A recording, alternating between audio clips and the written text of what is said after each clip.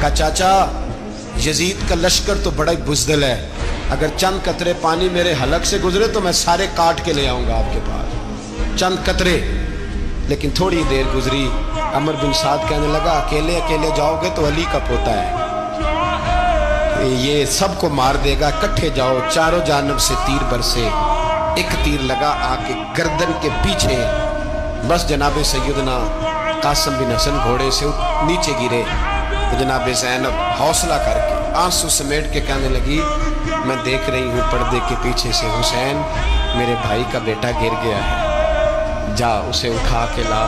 حضرت امام حسین ان کو اٹھا کے لائے تو امام حسین نے سینے سے لگایا ہوا تھا تو ان کے پیر، ان کا قد لگتا تھا امام حسین سے زیادہ ہے، اٹھا کے لایا، لٹا دیا گیا۔